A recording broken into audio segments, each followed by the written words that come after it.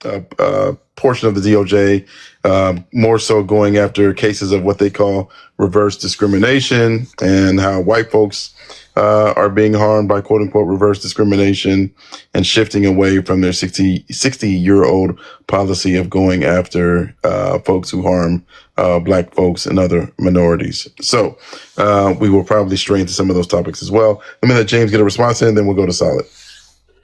Yeah, I think it's important to speak intentionally when I use words.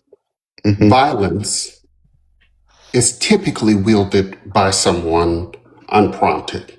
Defense, which is a defense against violence, is something different. And so I think that Dr. King wouldn't call what he was doing in that season violence. I think what he did and what people did during that season was defense. Now we can play the game.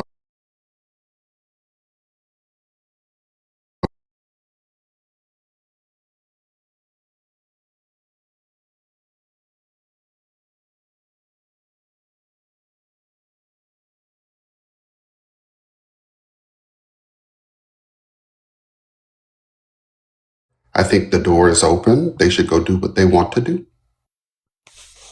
I'm not stopping them. Okay. All right. Thank you, James. Let's go to Solid. Solid, welcome to the panel, bro. What are your thoughts on what Dr. King would say about ICE? And certainly feel free to broaden out if you would like and just talk about how you feeling today and what do you think?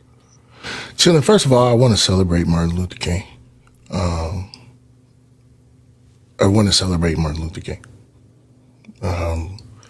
Give me a second. I'm so sorry. Mm-hmm. No, you good, fam. Okay. Felt like that was necessary. Second of all, I want to read a quick quote from Martin Luther King. We should never forget that everything the failed painter, do you know who I mean when I say the failed painter? Mm-hmm. Okay. We should never forget that everything the failed painter did in Germany was legal, and everything the Hungarian freedom fighters did in Hungary was illegal. It was illegal to aid and comfort a Jew in the failed painter's Germany. He is saying the legitimacy of the violence of the state is dictated by the state. Violence from them is okay because they deem it so. Violence from us is not okay because it threatens the state. So when we talk about nonviolence, as though Martin Luther King's nonviolence wasn't a tactic, wasn't a strategy to put America's racism, American apartheid on a global stage to embarrass the country. That was all it was. He just wanted to embarrass the country for claiming to be fair and equal and not delivering on that promise, right? But he absolutely recognized that fascist nations will impugn liberative fighters. If, and with love and reverence, were Martin Luther King today to come in and say, y'all don't be throwing no rocks at the I would say respectfully, move out the way.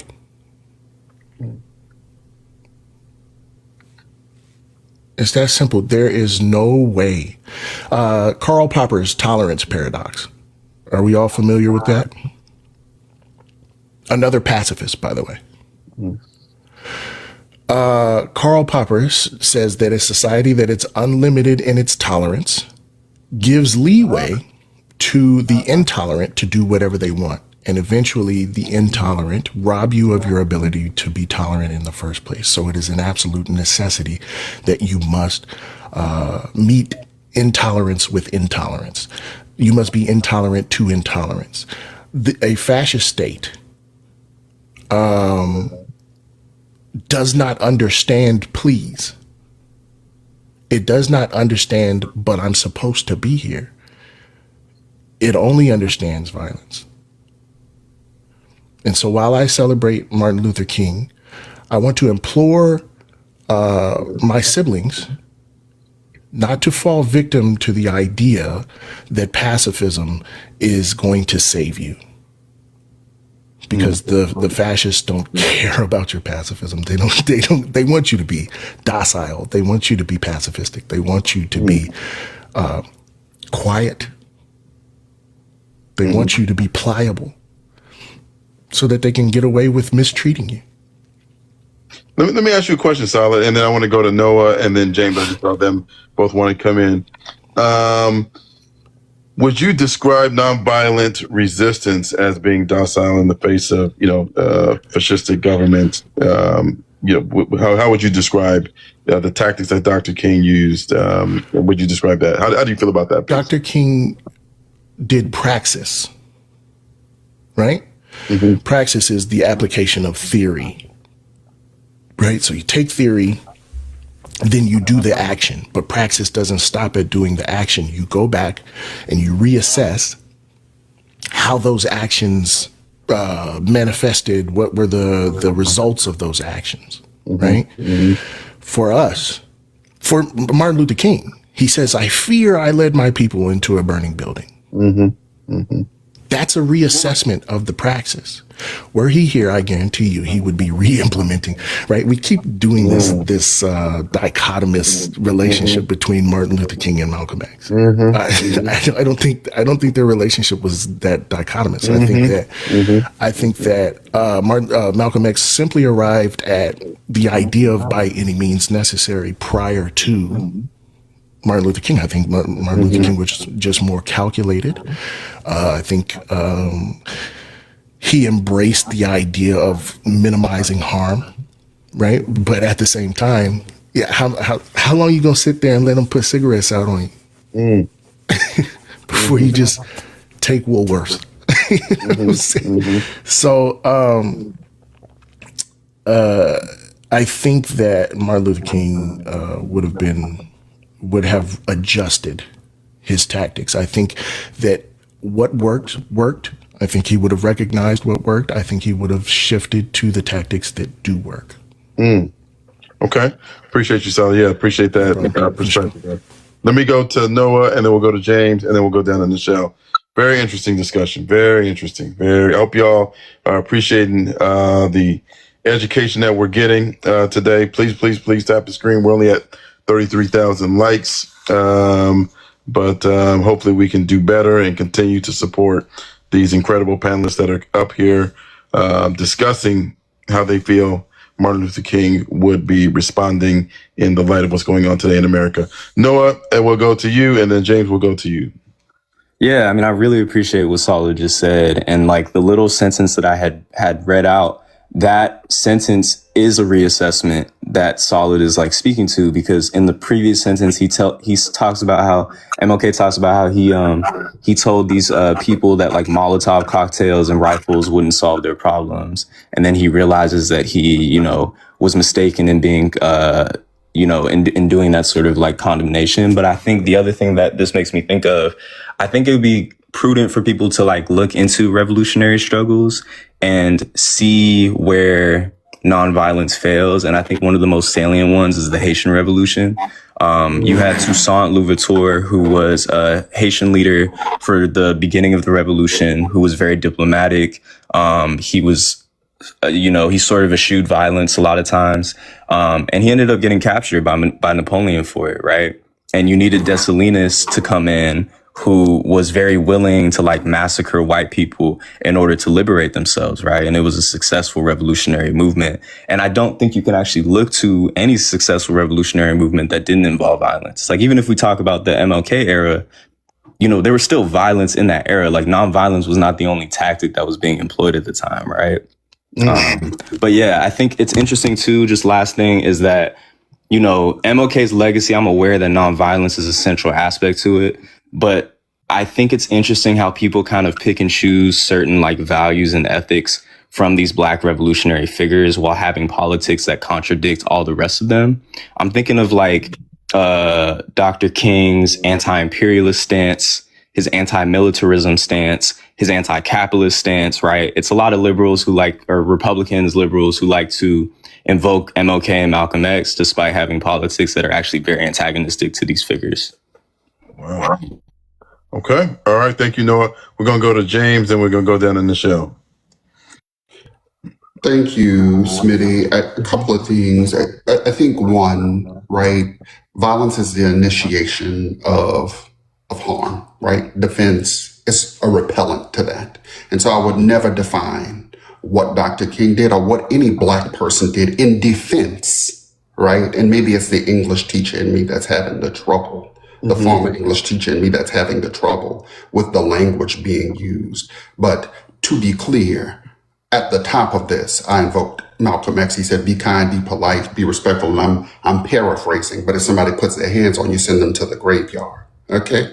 So just so that I'm saying that. But what I'm not going to do is sit here and act like resistance on its own is not a defense. And I think King talked about that in several ways. But he also said, in a 1960 interview, the principle of self-defense, even involving weapons and bloodshed, has never been condemned, even by Gandhi. Okay, so I don't know that I'm disagreeing as much as I am suggesting that King defended. I don't think he was violent. I think people were violent with them because I think violence is unprompted. It is grounded and rooted in doing something to harm someone uninitiated. And I think that every time we act, we are acting in defense of ourselves. Okay? Just so that I'm saying it. He also said nonviolent resistance is not a method for cowards. It does resist and strives towards freedom in 1958. And if any of the people here in this room believe that what Dr. King did was not defense, then why has it been replicated across the world in South Africa and other places and was successful? I think the issue in this country is that we let the dream of Dr. King die when he died. I think that Nelson Mandela did start off being and engaging in some violence when he engaged, but the litmus test is that they were defending themselves. I think that what people are offering that I hear that is different is to go out there and act like brutal brutes, like the folks that are out there. And I think it strips us of our soul. And I think that that's why I cling to Dr. King's words. While people might not agree, I will never call what we do in defense of ourselves violence, because it is not. The act might be violent, but it is not violence. Again, maybe the English teacher in me, though. Yeah. Let me ask you a question, James. Just follow up to what Noah said. Do you think there's a disconnect with political leaders today that, espouse Dr. King's views on maybe nonviolent resistance, but maybe stray away from some of his views on capitalism and militarism? I thought that was a really interesting take that Noah said. What do you think about that piece, James? And then I want to go to... Yeah, I would say, yes, I do agree. I also think that, and I would invoke the words of Baldwin in reference to that, you can't make a complex thing simple. And so I think people try to attach words to situations that lack nuance and an effective plan about ending militarism or ending APAC or stopping wars across the globe. I think that you have to have a nuanced plan. And Baldwin said very clearly, you cannot make a complex thing simple when he talked about the rage of being a Black person in this country. Okay. All right. Thank you. James, let's go down to Nichelle. Nichelle, feel free, fam, to jump in. We'll go Nichelle, Devi, and then Tailpipe. I don't know why. I think I need to step away. I don't know why this is making me so angry today. Number one, I find it interesting that when we're talking about Martin Luther King and ICE, and we're not screaming at each other and tearing each other apart, there's not a lot of people compared to all of your other lives. I'm sorry. I just have to notice that. I think that's really, really interesting to me. That's number one. Number two, I find it fascinating, y'all, in the chat today. I think the panel is amazing. But man, oh man, if I could have I just want to talk to some of y'all in the chat. The stuff that you're saying about Martin Luther King, that he was a fake, he was a fraud. FBA Sean said, that I guess he didn't care about immigrants.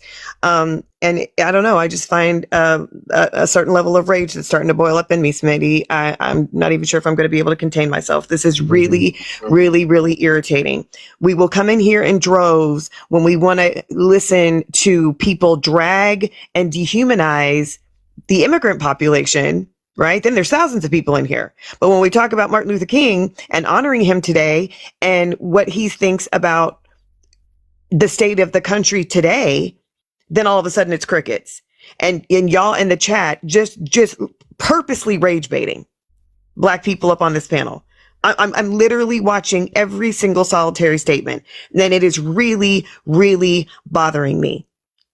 And on a day that I'm supposed to be dealing with reflection about what Martin Luther King would have been thinking and how we can embody that, y'all are on some mess today.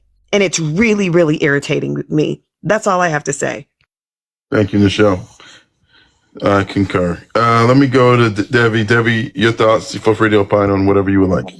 I have to agree with Nichelle. I am also noticing the comments and just the disrespect and the nastiness that's in the comments on a day that we're literally trying to come together and just reflect not only what's going on in our country and what we're facing and seeing on a day basis, but also reflecting on a man that literally is like a hero to us, that literally is the reason why the man that fought for us and our civil rights, our rights, the voting, everything. This man was a hero.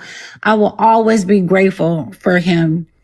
And I'm grateful that my mom had an opportunity to experience greatness with Mr. Shuttlesworth growing up as a kid and witnessing greatness with her grandparents who spoke into her and why what they were witnessing as kids and why it's important to witness and to know so she can speak that into us. The disrespect that's in the comments is disgusting. Nichelle is right.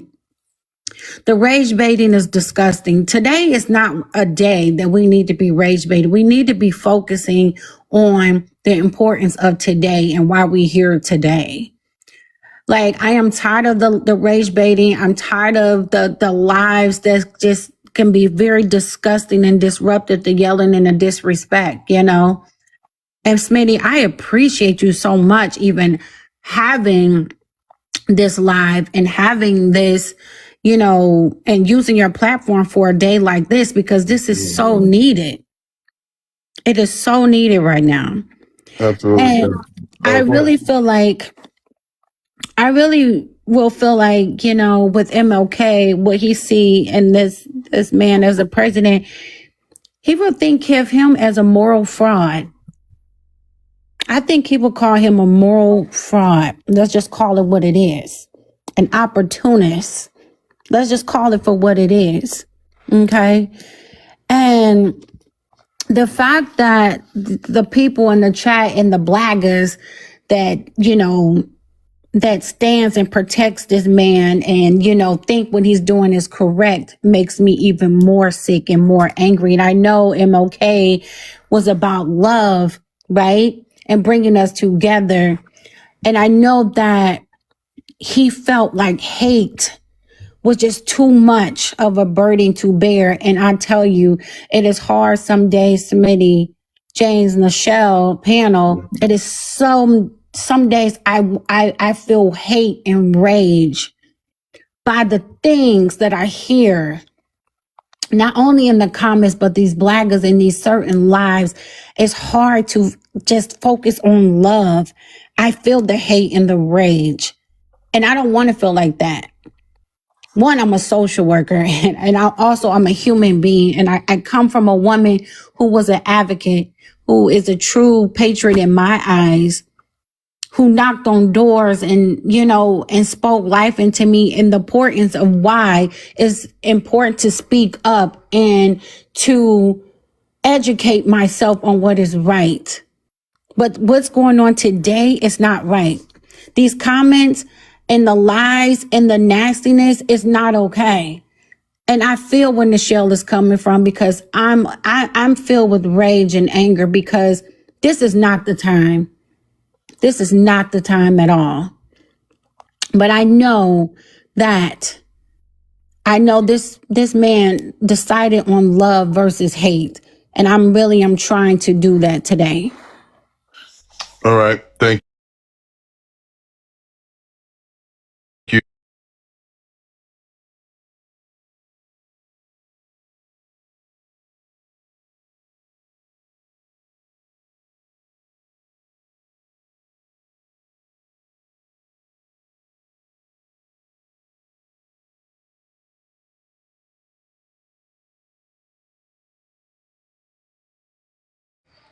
Let me say this also, kudos to Nichelle, right? Because she was the one that suggested this. So I am obviously leveraging the platform, but this topic is because of her. So I want to make sure we give Nichelle her credit for that, for suggesting the topic. I don't want to seem like I took credit for this, because it was definitely her idea. So which I think was great to have this discussion and have this be the topic for today. Let me go to Tailpipe. Tailpipe, anything you want to opine on, then we'll go to Noah and Solid. So, to Nichelle more so specifically, don't be frustrated at the number of people that are currently in here, because every movement needs its organizational elite. So consider yourself as that. I rather have 4 quarters instead of 10 dimes any day. So the people that are in here are the people that are not looking to, I guess, sorry to say, but they're not looking to sling shit on the wall. Okay. They're actually looking to expand their intellectual capacity and find commonality, even if they don't fully agree with us. So don't be dissuaded by the fact that we have these so-called low numbers. Because remember, the people that are actively in here are maybe 550 or so, but the people that haven't tapped in, I can guarantee you it's well over 1,000. So just be aware of that. We were talking about a couple of books, and I put the books in the chat.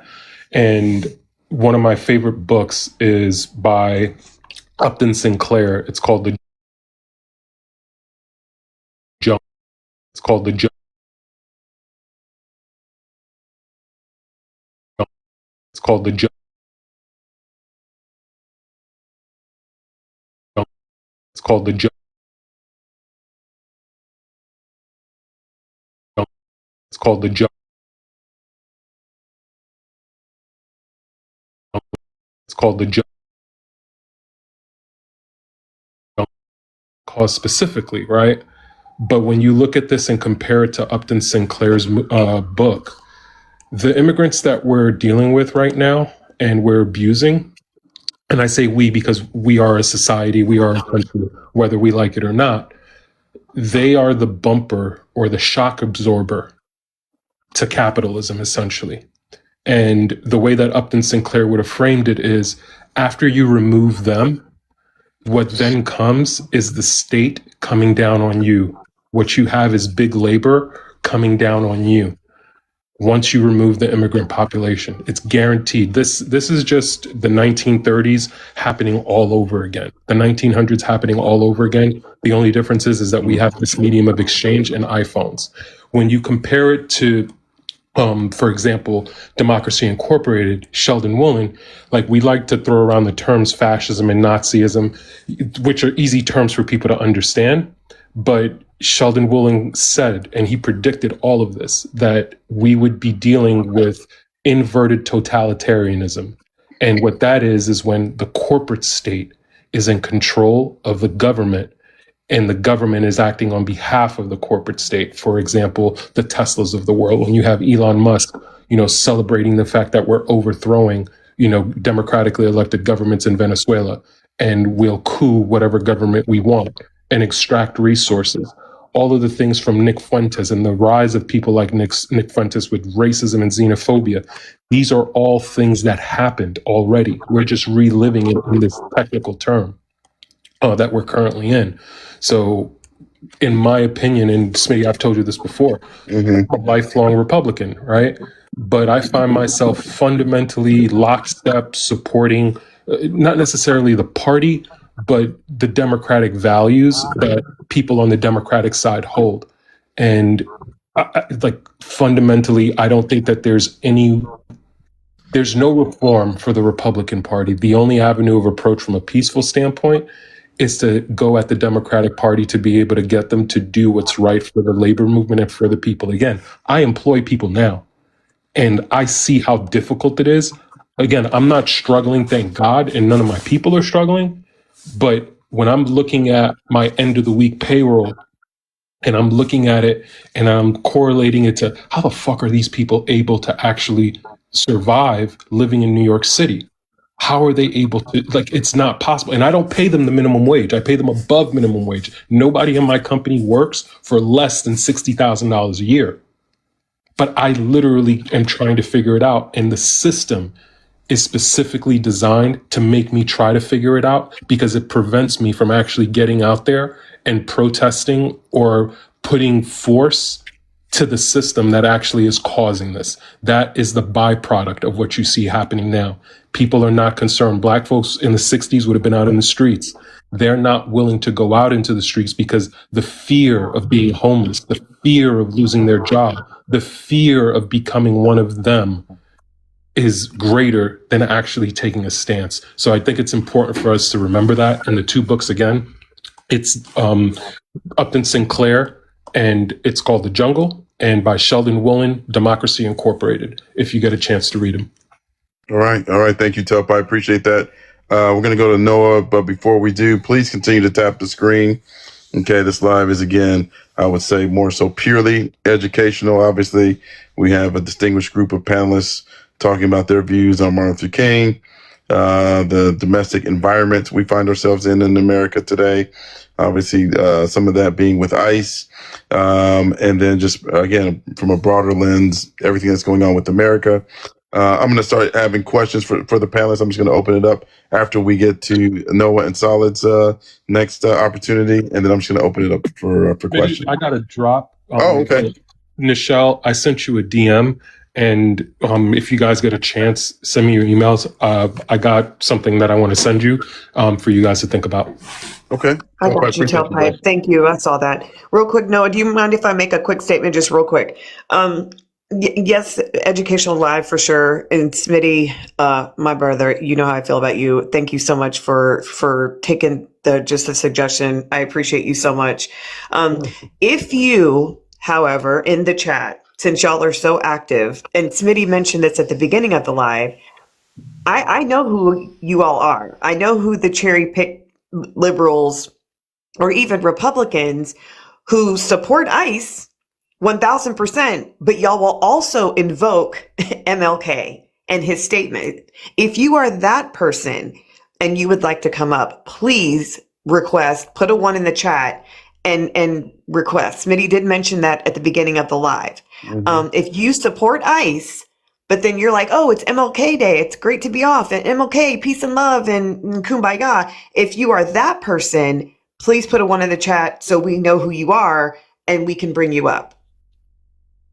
Thank you, Nichelle. Appreciate that. We'll go Noah, Solid, and then TJ. Then I got some questions for the panel that I want to tee up and ask them. But go ahead, Noah. Go ahead, brother. Anything you want to talk about? Go ahead. Yeah, to bring it closer to the topic, because I feel like I didn't really address it super directly, so my bad. I think, especially if we look at King's, like the later portion of his life and the way that he was developing a more robust critique of capitalism, he definitely would have identified that ICE as it exists now and these detention centers and stuff, these are all part of like a capitalist apparatus, right? Like private prison companies are making so much money off of these detention centers and these increasing of like funding for ICE and the expansion of ICE, right, as a project. The other thing I was thinking about with the point I was making about how people sort of divorce a lot of these like left radical traditions from Black revolutionary figures is why I'm really intentional. I did this in a live of yours a while ago, but I always try to bring up the Black radical tradition because I think people know these eminent radical figures. Like, people know who Malcolm X is, people know who MLK is, people know who the Black Panther Party are, right? But I don't think people understand that these traditions are situated and have continuity, right? It's a long history of radical, movement, ideas, intellectual productions, all of these things. And so I'm always really adamant of trying to like make sure that, when I'm speaking about this, people understand that these people are much deeper than the way that like people tend to superficially engage with them and their ideas. That's what I see a lot, right? Like MLK is nonviolence, like Solid was saying, right? The dichotomy between Malcolm and MLK, that only becomes a dichotomy if you have not engaged thoroughly with these people's ideas and careers. Exactly. Very well said, man. Very well said. Let me go to Solid, and then we'll get TJ's opening, and then I have some questions. I want to talk about what we talked about on previous slides about voting and Dr. King's stance on voting and, participating in the political process, and talk about that too. But I want to let Solid get another opportunity and TJ get his first opportunity.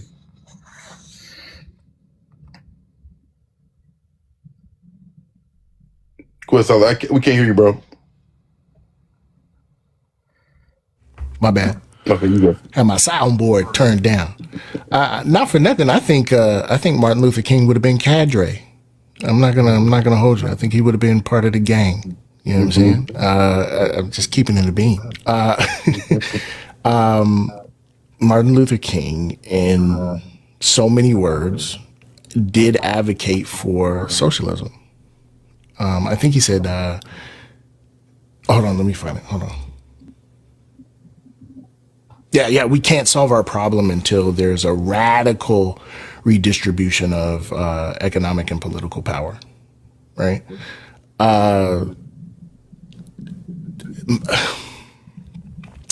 Respectfully, with all the respect in the world, Smitty, I think that this is genius because it's kind of us going to look back at our archetypes, our Black liberation archetypes, and saying, well, what would they feel about the current regime? What would they feel about this domestic occupying force? Right? And what would we be able to learn from that? I think, and I want to tie this in with the rage baiters, because the rage baiters are enforcers of that regime. They are deputized, right? Unofficial, internet cyber brown shirts. Their goal is to harm you psychologically. Their goal is to muddy the waters. Their goal is to upset you. Their goal is to make it so that you just have that much more of a difficult day.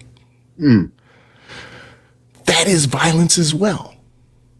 The undermining of autonomy, the subversion of truth, those are violent things. Just trying to get you off of your square. That's agency of the state. That means you're being a fed. To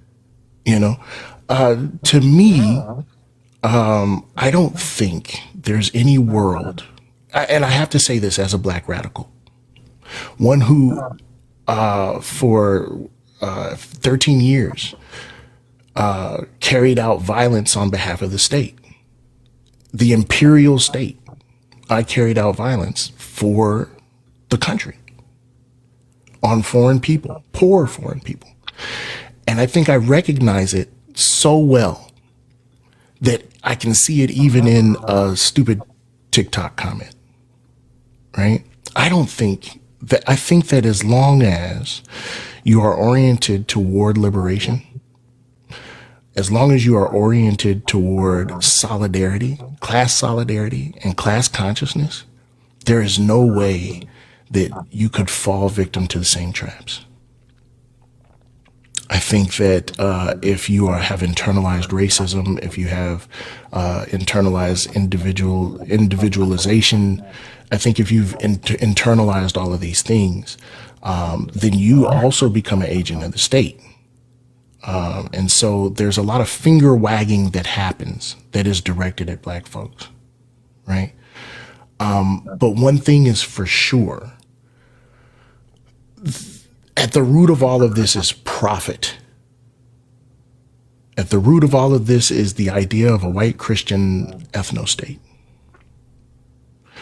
And what we can know for sure is that A. Martin Luther King, A. Malcolm X would have absolutely been against that. I think that were it in the language, if the language that we have today would have been available then, they would have been saying the same things that my sister says, right?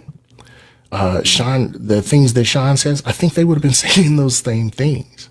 I think that what is important for us now is to celebrate, because MLK is a symbol.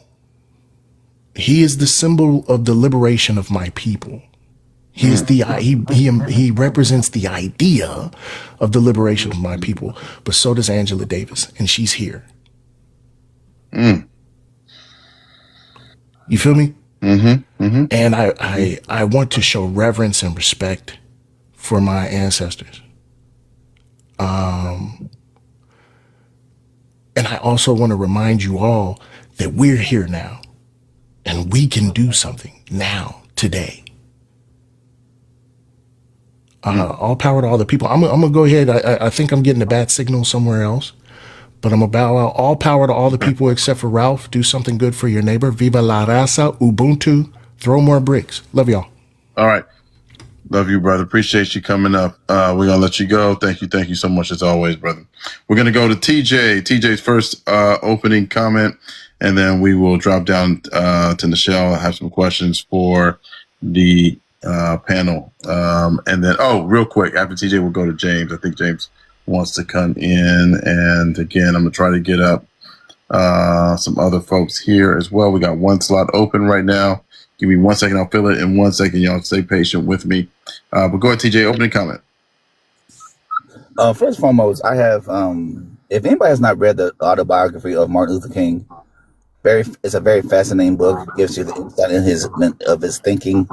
The unique thing about this book is it was edited, not written, edited. All the words in the book are his words.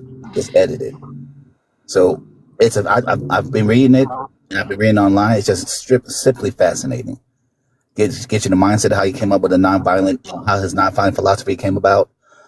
His insight on what he was thinking when his house was boom for the first time during the Montgomery bus boycott.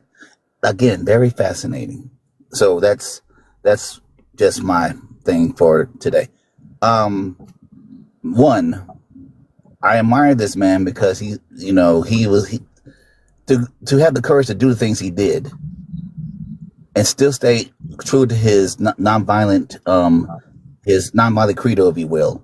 To me, it's amazing because I don't know if I had the strength to stay nonviolent when they're threatening my family and everything else. That's no shade. That's just me. I don't poke shade at my ancestors or my heroes because that's the way they wanted to fight. That's the way he felt like that's the way I can make a difference. And I love he stuck to that. Now we can talk about the fact that maybe we couldn't do it, and here's the reasons why. But I love the fact that he stuck by that.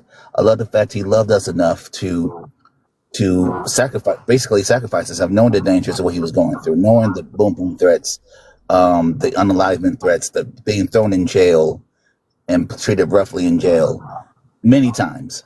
And yet he still came out and said, brothers, let's all just go ahead and let's push forward.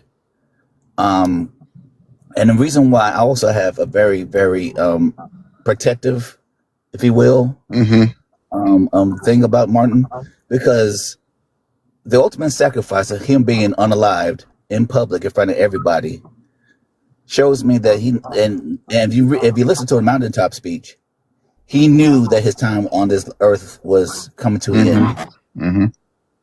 For me, knowing that and still having the being brave enough to push forward, knowing that my days are limited, but I know I have to do this for my people, for the nation.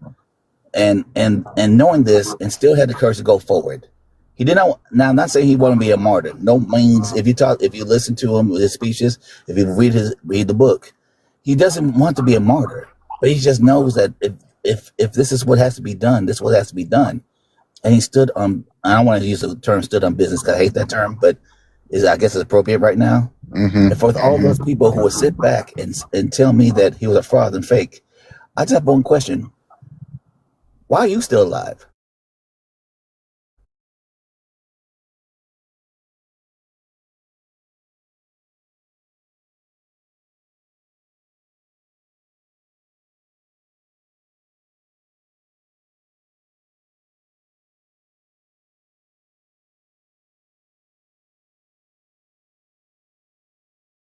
TJ, thank you. Let me go to James. I know, James, you want to interject, and then I'll tee up the panel with some questions. If you have questions for the panelists, please feel free to put them in the chat. Okay, this is interactive. Y'all know how I try to read as many of your comments as I can, and certainly we'll tee the panel up with questions. Let me go to James. Go ahead, James. Yeah, as I listen to the conversation, I want to invoke two names.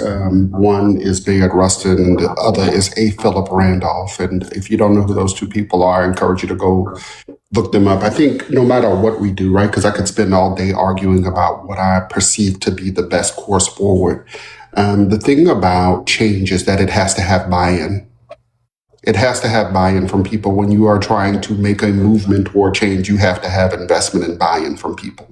But moreover, I think it is terribly important to have people contemplating the things that are going to happen on the backside. And when I think of folks like Bayard Rustin, the March on Washington would not have happened but by his expertise planning. Or labor and mass mobilization on the part of A. Philip Randolph. And while we can all have grandiose ideas, I think the thing that troubles me the most in this season of the world that we are in is that people are unwilling to not bend their position, but recognize that solidarity does not mean exceptionally agreeing with every single thing that every other person that disagrees with them say. Right? I can't imagine being of the mindset or believing that I know it all, because I don't, right? I have learned that through a long life of living. But I do think it is terribly important to, as it pertains particularly to the idea, and I'm going to bring up violence again, to invite someone to a violent anything without a plan, without an opportunity, without doing something that protects people that'll be on the other end of that harm. I think that the final thing is we have some responsibility, I think, to be good stewards of other people's safety. And I don't know that some people get it, and that's my opinion, right? Mm-hmm. Once again, I'm never going to stand in the way of somebody doing what they want to do. So if you want to go out there and engage in that, I hope that you are safe. But I think that an invitation without a plan is a recipe for disaster and us burying Black bodies. And I don't believe that is the best use of our bodies in this season, not without a plan. So I'd invoke Bayard Rustin and A. Philip Randolph in that regard. Okay. All right. Thank you. We'll go to Debbie. And then I do have some questions for the panel. Solid, did you want to jump in for a quick minute? Yeah, I think it's probably best that I address this head on. I am inviting all of you to do some violins, haphazardly, 100%, just willy-nilly. Black fatigue belongs to us, not to them. Create a world where the cost of racism and bigotry outweighs the benefit. Be unapproachable. And I'm saying that with some facetiousness, right? Because again, praxis must be measured, right? But I want to destigmatize the word violins. Can't even say it safely. I'm trying to protect Smitty's doggone live here. Mm-hmm. I want to destigmatize that word.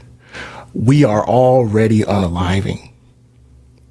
And when they do it to us, post hoc, they say it's because we're violent. They said that Trayvon Martin was the aggressor. They said that Cedra Bland was aggressive and violent. They said that Tamir Rice shouldn't have been out there holding a toy pew-pew. They will make up whatever excuse. It's already happening. There's nothing for you to be afraid of because the worst is already here. They're already taking our lives and then turning around post hoc in the aftermath and playing the same old game.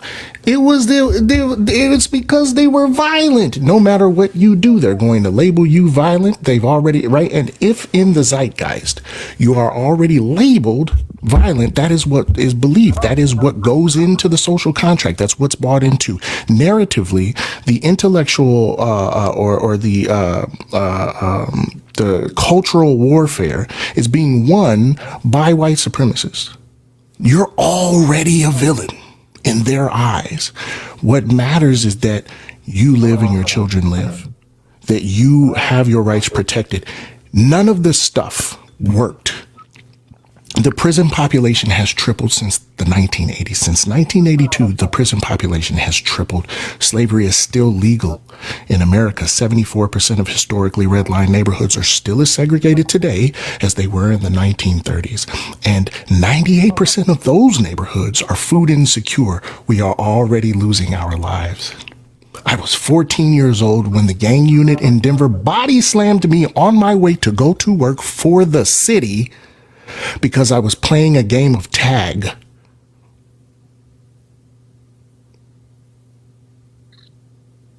We are worried about moral standings.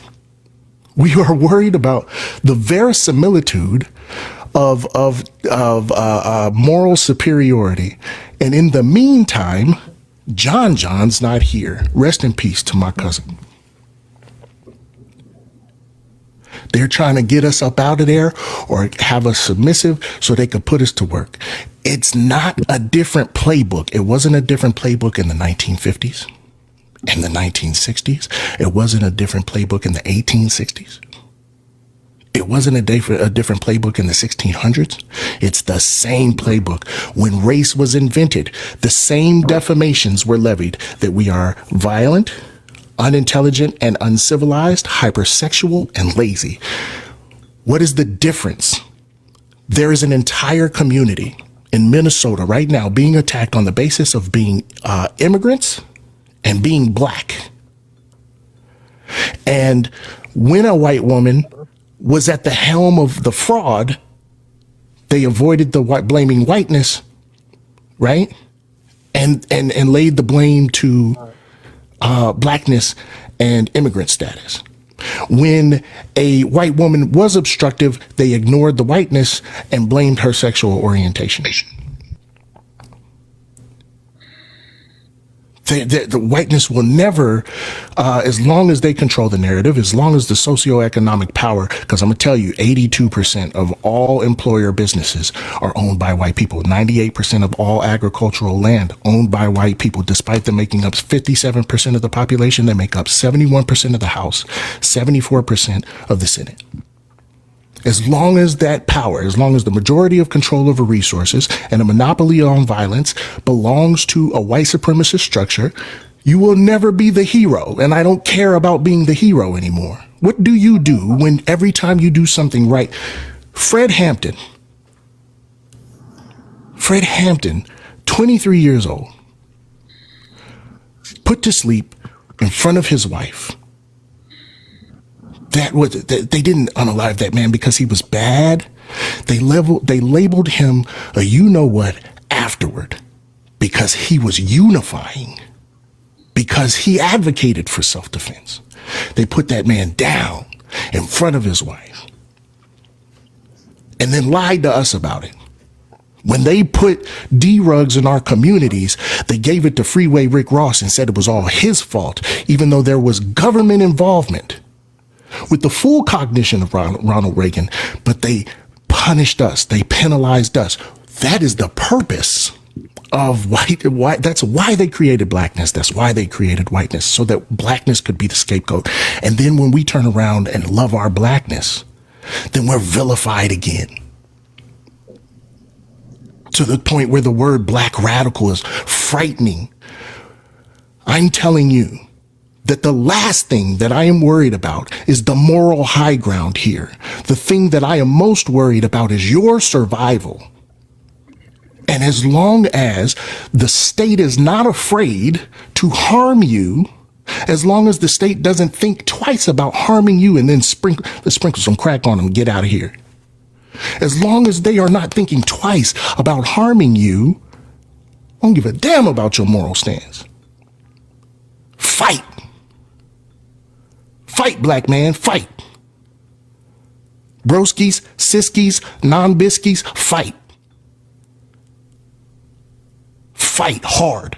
And I'm talking about counting teeth. I'm talking about painting walls. Fight. I need to say it plainly.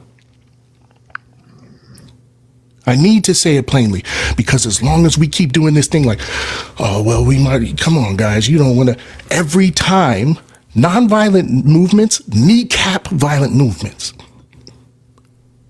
The idea, the overall taboo surrounding violence weakens actual liberative movements every time, and we end up in the same spot. 1 in 4 black men has seen the inside of a prison. That's the best ratio we've had since 1886. You know somebody in prison right now. Yep. What has changed? They're still working for free or next to nothing. Our women, our birth givers, are still unaliving in labor and delivery.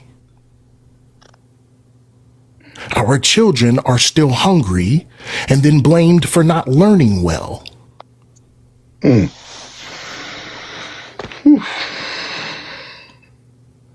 All I am saying is people should think twice before trying to levy their lordship over you. These are not feudal times.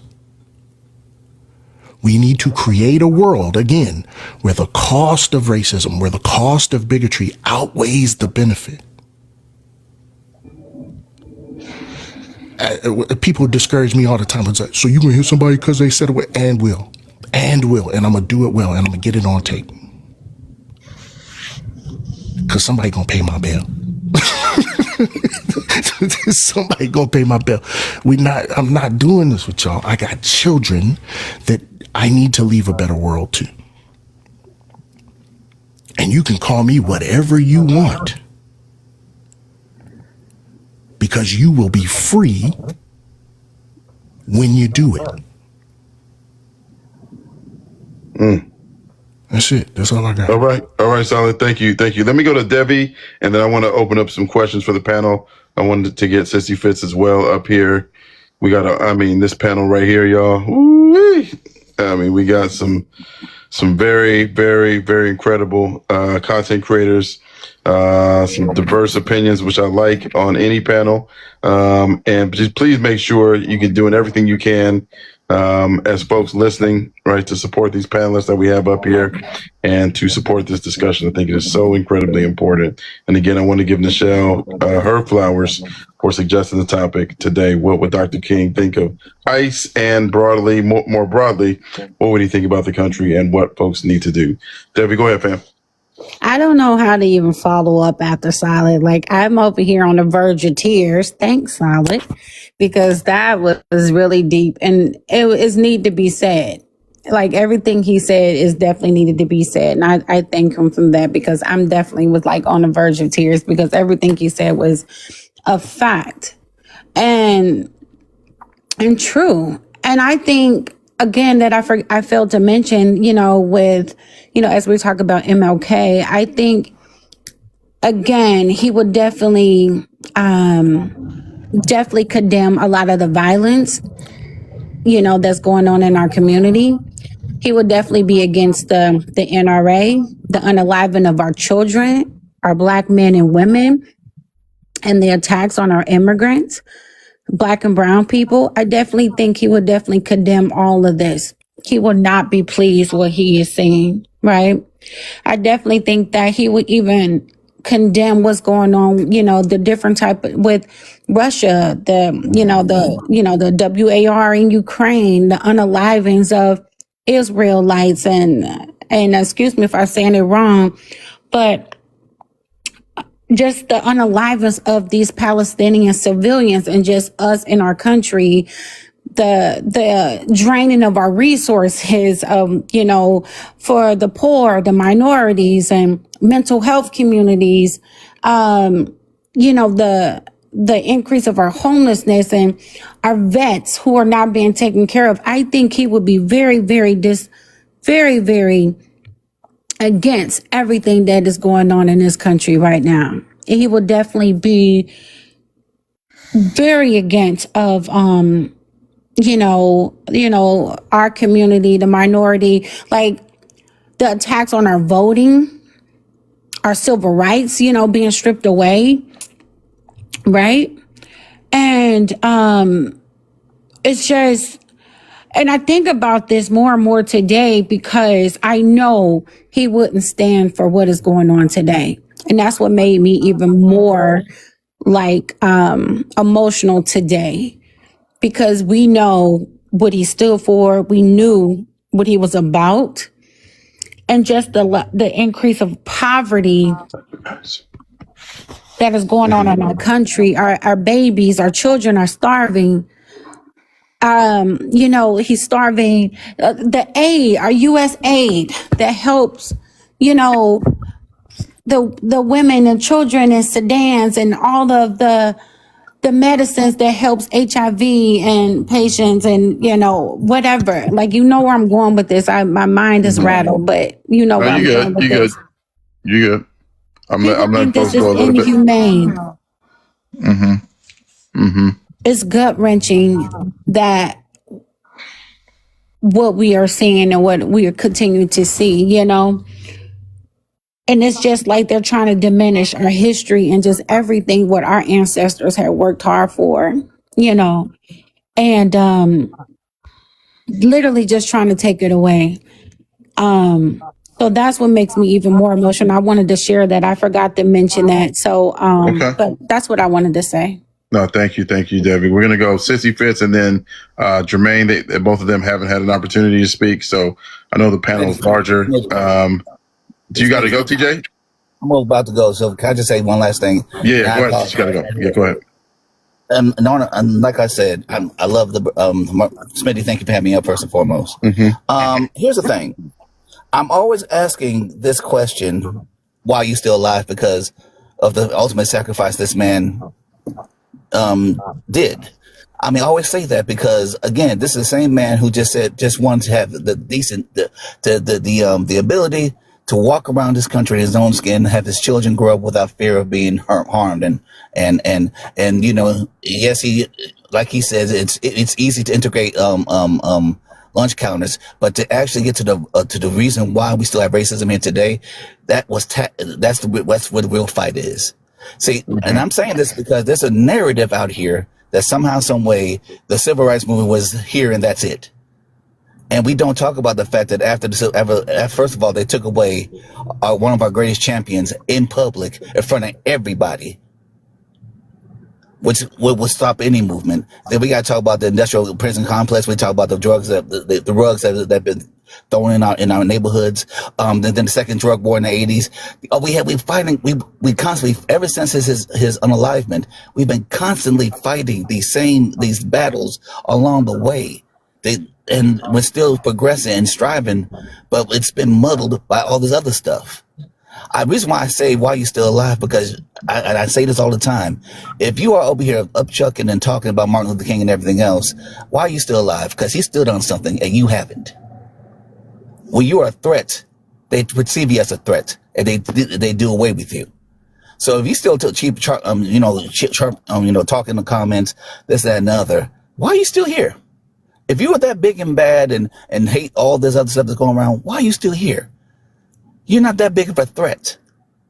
So until you become a big enough threat to be threatened to be unalived, I really think you need to shut the fuck up. And that's just my opinion. Okay. Smitty, y'all have a good day. Yeah. Thank you, TJ. Appreciate you. All right. Let me drop you. Thank you, TJ. Give me 1 second. Okay. All right. Got you, James. I'll work you in here. Let me go Sissy Fitz and then Jermaine. I'll try to get you.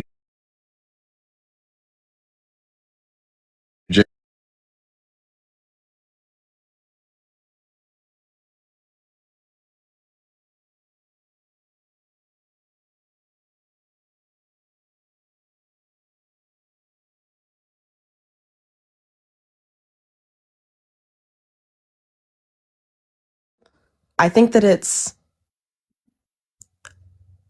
a really large indicator about where we are as Black and brown people that you think the overarching antithesis of your actions is whether or not the state is willing to unalive you. I think that's insane. And I think that a large problem that exists is that someone's always looking for a martyr, always looking for a savior. The point is not for us who's going to be the next king, who's going to be the next person that the CIA puts in their files. This is a mass movement. This is a community project. And I'm really glad that he said that crazy shit before he left, because what I wanted to say is less about how MLK would feel about the state of the world and more about how he would feel about the community that he left behind. I think that he'd be really disappointed in a lot of us. We have not continued the project well with the amount of people that have latched onto Black capitalism, the amount of people that are like the NBAs, the amount of people that are rushing to assimilate to whiteness in any way that they can, which I understand, because who doesn't want to have that proximity to safety? But it has completely disrupted what he spent his life building. And that is the reason that we are in this situation still, because the material conditions from when he was alive and now are really not that different. They're like, on paper, the modernness of it all has made it easier to bear, but we are still fighting for almost identical things that him and his family were fighting for. Identical things internationally are happening almost to the cycle is continuing. And it is because we have dropped the community project. So I just think that this idea of, oh, if you're not on the CIA's list, you need to shut the fuck up. Well, you're not on the CIA's list either. So do I disregard you as a community member because obviously you don't do enough either? It's insanity. Let me ask you a question, Sissy Fitz, because this is from Goblin, and I wanted to take the conversation here anyway. So the way Goblin wrote it was good. So he said that, he or she said that is voting part of the fight, or is voting a distraction? What do you think about that thought? And how do you feel about that? And what do you think as we move forward and try to move forward? How do you feel about voting being part of the fight, or is it a distraction? I think electoral politics are not, they're not going to save us, of course, especially in the two-party system that we exist in now. I don't ever disenfranchise people from voting. I vote, and I always try to vote, with all of my morals in mind. But that's really hard to do when you live in the imperial core. I think that we should all be making steps to move people towards a world where they don't have to rely on electoralism. And I don't think that world exists yet, but we should all be thinking about that constantly. But I don't ever say that people shouldn't vote, because the people that want to disenfranchise you are voting. Okay. All right. Thank you, Sissy Fitz. Let me go to Jermaine, and then I want to drop down to James, try to get folks worked in. But Jermaine, I know you've opined on this before on the panel. So I want to tee that same question up to you. Is voting part of the fight, or is it a distraction? And then we'll go same question to James. Hey, Smitty, can you hear me? Yeah, a little muffled, but I got you.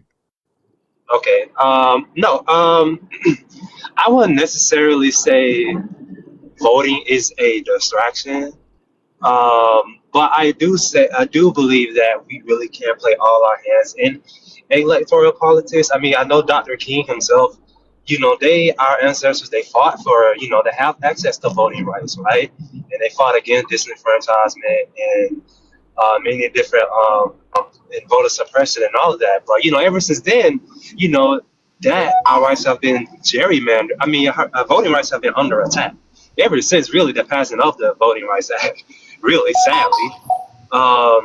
So I wouldn't necessarily say the distraction, but it does like create this pull, like this grift, right?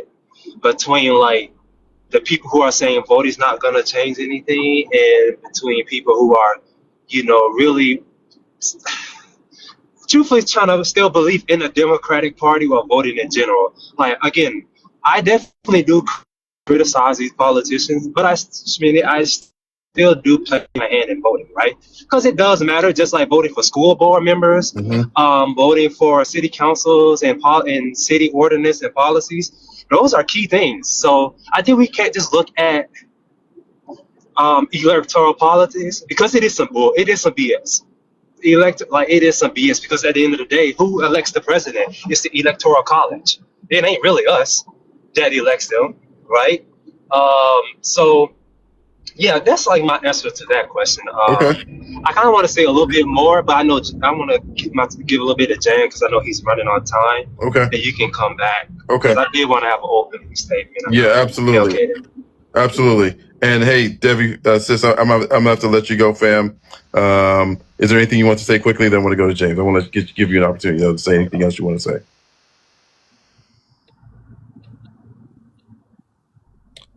Who's that for, Smitty? Oh no, that was for Debbie. If you gotta, I want to rotate you down, but I want to give you a chance to say anything else you want to say. I think she might have stepped away.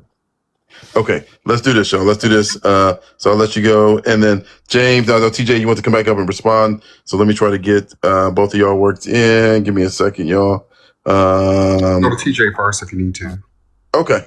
Yeah, go ahead, TJ, because I know TJ, you were leaving anyway. So go ahead if you want to respond, and then we'll go down to James. I hope I think I worded it incorrectly. I was not going towards anybody not being on the list. That's nothing I said. I was more or less talking to the people in the comments who were saying Martin Luther King was a fraud. He was buying trips to Jamaica. I saw all kinds of stuff in the comments. And my comment was more towards them because those are the same people that wouldn't do the things that he did, that he sacrificed for. Those are the same people that would be sitting on the sidelines watching him get beat upside the head. It was more towards those people, not towards anybody, and not because it's on some list. That's what I was trying to say. We always often we always often do this thing. How can I say? I'm trying to be nice here. There's certain members of our community that rather sit around and unaptly lie and criticize on somebody who has sacrificed themselves for a better good, for making sure that we were able to march forward. And we're standing on their shoulders. And the fact that there are some people out here telling me in the comments wrongly saying that he was I saw one that he wanted to be closer to white people. That's why he did the things he did, and that was never the case.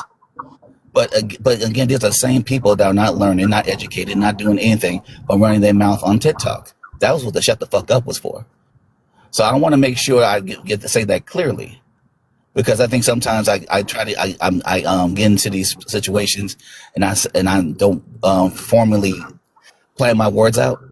But I'm saying this to say that, as Martin Luther King, who has sacrificed so much for us, I really wish those who really have all these negative, nasty things to say about him, go read a book about him. Go to the King Community Center in Atlanta.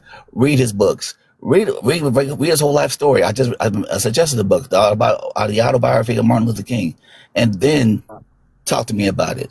But if you sit, as long as you're on TikTok, listen to FBA members tell you about Martin Luther King, please shut the fuck up. And that's all I was saying. Okay. All right, TJ, I'm gonna let you go. Thank you, bro. Want to give you a chance to, want to give you a chance to respond. Let me go, James, and then I'll work the new person in, and then again we'll get some of the other panelists worked in as well. But James, same question: is voting part of the fight, or is a distraction? And if you feel like, by the way, you or any panelist may have an opinion that you may feel disagrees with what Dr. King fought for, or where you think Dr. King would land today on voting, feel free if you want to work that into your response as well. Yeah, I think voting is the easiest tool we have in our tool belt to use. Of the things that we can do as a society, I think that in New York, it was shown that voting has and can have positive impact, right? While it might not be perfect impact, I do not do microwave activism. Things are not going to change tomorrow because you will it to be so. It's just not the way it works. On the other end of that decision not to vote are people that now are going to have to fight to get their diabetes medication. On the other end of that continuum are people that needed HIV/AIDS antiretroviral drugs that are going to not have access to them. And the research is suggesting by the election of Trump, because people stayed home and did not vote, that about 14 million people might unalive. And so I think that there is something to be said about the necessity of voting to protect those that do not have the ability to protect themselves. Do I think that it is the only answer? No. Do I think that it is an important piece of the puzzle? Absolutely. Do I think that given for most people how easy it is to access, saying that we shouldn't do it is wild? Yes, I think that saying or suggesting that people shouldn't vote is a wild position to hold by any stretch of the imagination. And I'd remind everybody that in the 1960s, they were literally fighting for the right to vote.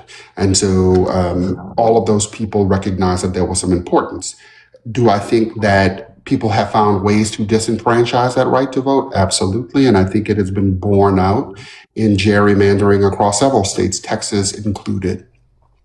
But we have a responsibility, I think, to go to the ballot box. And I think that in states like Louisiana, Mississippi, Alabama, where we do vote, Georgia, it makes a difference. And I think that Stacey Abrams showed that as it relates specifically to her election of Raphael Warnock and John Ossoff in Georgia.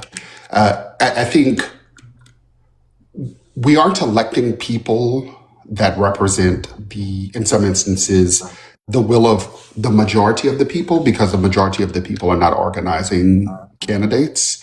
I think that we need to do a better job of organizing around who we want and raising money for those people. I think that that's super important as part of the work that we do. I think the more hard part than voting. I think that if people are distracted, for example, Smitty, and unable to afford medicine, unable to afford food, don't have people that they can go to for resources, I think it leads them to the place that, leads them to the place that they're too distracted to be involved in anything, right? Like they are too sick or hungry to be involved in anything. I think that we have to reduce the amount of distraction. I'm gonna say this last part because I think it's super important for me to say. I am not necessarily interested in arguing the point of voting. I think people are going to do it or they're not. It's their choice. And I think it is incumbent upon people to respect that choice one way or the other. We could debate the point all day. People have the right to vote, and people died for that right to vote, right? Like it is not an argument or debate. People are going to have the choice to go to a poll and make a decision if they wish to. And that's what people fought for, right?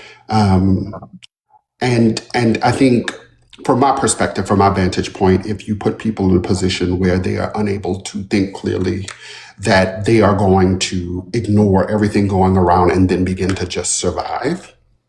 And listen, I want to say to the panelists, I appreciate everybody that's been up here today. While I might not agree with everybody's position, they are entitled to it, as I mine. I invite people to continue to critique me. The great thing about me is I've lived long enough, Smitty, that I don't give a fuck what people say about me. So you can have a negative opinion or not. You're welcome to whatever thoughts you have. It is yours and you can share it freely. But I want to be clear that I appreciate, and I mean that sincerely, everybody up here. And I am going to move from a place of love because it is who I am. It is what I get up every day in the morning and live. So you can dislike me. You can dislike what I said. You can disagree with it. That's all good. Even in the comments, because I've seen the comments and I've not responded to them. You are loved too, because if I could hate you, I could love you, and I choose love every time. And, Okay. and I am happy to wait if somebody has something that they Yeah, I want to say think. directly to me. Yeah, thank you, fam. I appreciate that. Real quick, I want to bring in Noah and then Nichelle, and then I want to get Miss Nur Vibes and Sean. First off, I just got to say this. I'm so humbled, you guys, that y'all are spending your time on this platform and educating the chat and myself on this topic. I'm just looking at the panel, man. It's just incredible. And so that I really, from the bottom of my heart, thank all of you guys, and then ladies, as well for this incredible discussion. Let me go to Noah, Nichelle, and then we'll work in the two new panelists. Go ahead. Yeah, I'll be real quick. I just wanted to correct something because I think this notion that folks aren't organizing around certain political candidates who like represent our interests and who are like, let's say like fighting to rectify like the racial disparities or like capitalism or whatever it may be. This is not a result of people not organizing. This is a 100-year plus tradition in the United States of actually proscribing radical politics that is codified into the law. We can talk about the Espionage Act in like 1917, the Sedition Act in 1918, the Communist Control Act in 1954.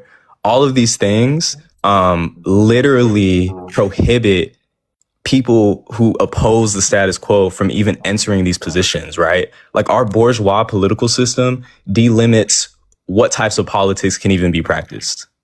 So it's not about the people on the left who have critiques of like Democrats, for instance, for like not actually attending to these oppressive structures in a meaningful way. These are very legitimate critiques because like they can't, right? Like we're not going to see a communist candidate. We're not going to see a candidate that's going to like upend capitalism and do the things that would be necessary for like the liberation of our people. So I don't think this is a fault of like the folks who are making the critiques. This is something that's like deeply embedded into the structure of this country, and in the law. Okay, thank you, Noah. I appreciate that. Let me go to Nichelle and then Ms. New Vibes, and then we'll go to You need Sean. me to stay? You need me to stay for anything, Smitty? Oh, if you want to do a quick response. No, I mean, I don't have a response. I invite him to the invitation I offered. You don't have to vote if you don't want to, and you can if you do. I think that is a right that people fought and died for, so go for it. Do whatever of those things you wish to do. It is your choice, and it is everybody here's choice, and I'm going to respect their choice and encourage them to vote, right? Like that's all I can do. And while I appreciate the commentary, I'm not gonna go back and forth on the finer points of voting. I think voting is, from where I sit, important. However, if other people don't, that's their choice. And I'll land there. And I don't mean that in an offensive way. I think people can vote if they want to and not if they don't. Okay. All right. You can drop me. I gotta go. Sorry, y'all. Yeah, I'll let you go. Yeah, thank you, bro. All right. Let's go to Nichelle, and then we'll go to Sean. Oh, let me get some folks up. Go ahead. Go ahead, Nichelle. Hey, so this is an interesting conversation, and what's not lost on me is the generational approach to what voting does or does not do, right? So, like in this country, white men age 21 and older who owned property were given the right to vote in 1776. Women could vote in 1920, and it wasn't until 1965 that the path for voting for Black people in this country, was made available. I think, and I see this a lot, Smitty, and I don't know, it's something worthy to think about. King was fighting for was the chance to be able to raise your hand and speak up. I also think on the flip hand that sometimes voting can become apathetic, right? It's like, okay,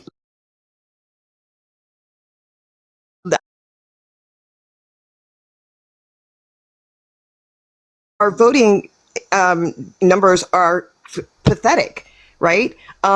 So even after the right to fight to have a seat at the table, to participate in this democracy that shut us out for so long, we don't even like appreciate that. Like, so for me, I'm 52. The voting right, 1965, this is not that long ago. And when I was coming up, like it was a non-negotiable. Like you were like shamed if you did not participate and vote. And nowadays you see people kind of going, well, should I or should I not? You know, and it's like, oh, well, will voting kind of help us? Will it not? Nothing changes if we don't. So I think voting has been partnered with like engagement, civil engagement. And so for me, you absolutely need to vote because, and maybe I'm naive here, maybe because I'm thinking like, if you're going to vote, then you've done the research, you've looked at the candidates, you've scanned the political horizon, and you're participating and you're making a decision. I think we're losing that. The last thing I want to say is, I have seen so many, and this is no shade to the younger people, but this is just my observation. You know, you see people who like are like, whatever, MLK, Martin Luther King, and I'm talking about within the Black community, Smitty. Like, I don't give a F about what they said, da da da da da. You know, I think what he would be really disappointed about, I mean, when we're talking about ICE and the state of the country, is the lack of engagement. The lack of engagement. I think fundamentally, because look, times have changed. 2026 is not 1965, right? It's different now. A lot of it's the same. The system's the same, but you know, just as you know, the nation evolves, like we evolve. Right? I think he would be disappointed in the lack of engagement. You know, I bring up the Montgomery bus boycott all the time. You know, when we do these things and we go, okay, everybody, you know, pull your money out the banks. That's what we're going to do. We're going to do that for a day. Everybody call off on Tuesday, and we're really going to show it and stick it to the man. Like seriously, do y'all understand how long the Montgomery boycott was for? Over a year. 370 and I'm talking days. about, I'm talking about people literally saying, I will not take the bus. I will walk if I have to. We will partner and help each other. There was a community sense to that. There was a oneness, one band, one sound, and we can't even get people to agree not to go into Target. Right, but let me ask you a quick maybe qualifying question to that, and then Nichelle, and then we'll go to Sean, Black Ice, and then what's for dinner? Solly, you want to come in too? Give me a second. But to Sissy Fitt's point, maybe Dr. King would be disappointed precisely because 2026 is not that much different than 1965. And why, if it's not that much different, why aren't folks more angry and more frustrated and getting more involved? What do you think about that, Nichelle? Right. No, I think Sissy, I think she makes a great point. I mean, that's what I'm saying. I think he would look around and look at all that they fought for. Okay. Everything that they put on the line. And we're talking about MLK, but there were so many other people that were involved, you know, with canvassing and holding the meetings at the churches. And I mean, I literally, like my mother is from Atlanta. I was in all of those spaces and heard all of the stories and the church volunteers and the community volunteers. Yeah. To Sissy's point, I honestly think he's like, okay, we did all this. We fought for the right to vote. And how come the community isn't continuing the fight and staying engaged? I think we've become very, there's an apathy that's hit our community. And I think he would be disappointed with that. I actually agree with her. Okay, perfect. Let me go to Sean and then Black Ice and then Solid. I'm gonna drop down to you, and then we'll go to what's for dinner. So I don't want to get you work back in, Solid, but let me let Sean and Black Ice get their first opportunity. Go ahead, sis. Good to see you up here on here, by the way, fam. Always thank you for having me. I'm so glad you asked this question. I thought about you when I asked it. I'm so glad you asked this question. I'm gonna say, I'm gonna start this out with saying something, and I needed to actually be heard. I don't understand, me personally, I've never understood how people can understand that the destruction of Black capitalistic entities was a distraction, but the destruction of Black voting couldn't be a distraction. That has never made any sense to me. Everyone understands that black capitalism will not save us. Everyone understands that when it came to Black Wall Street, the distraction was we are going to do something racist by destroying this black capitalistic entity. But everyone knows that 90% of the people in Black Wall Street could not afford the things that we said that they could afford because business owners were monopolizing Black Wall Street. This was not a precipice of just like black excellence outside of a few black billionaires who own businesses on Black Wall Street. We know that as a community. We say it to each other all the time. It's not news. And we understand that black capitalism being destroyed in Black Wall Street was a distraction, but somehow we don't understand how black voting is also a distraction within this structure of capitalism and racism. And that's always baffled me. And so with that, I will say that voting is absolutely 100% a distraction. And I'm kind of tired of pretending like it's not. I've always said before, and I know my brother, he gonna chime in and be like, you voted in the last election. You can't say shit. You can't whatever, nigga, whatever. Don't make me call mom. Anyway,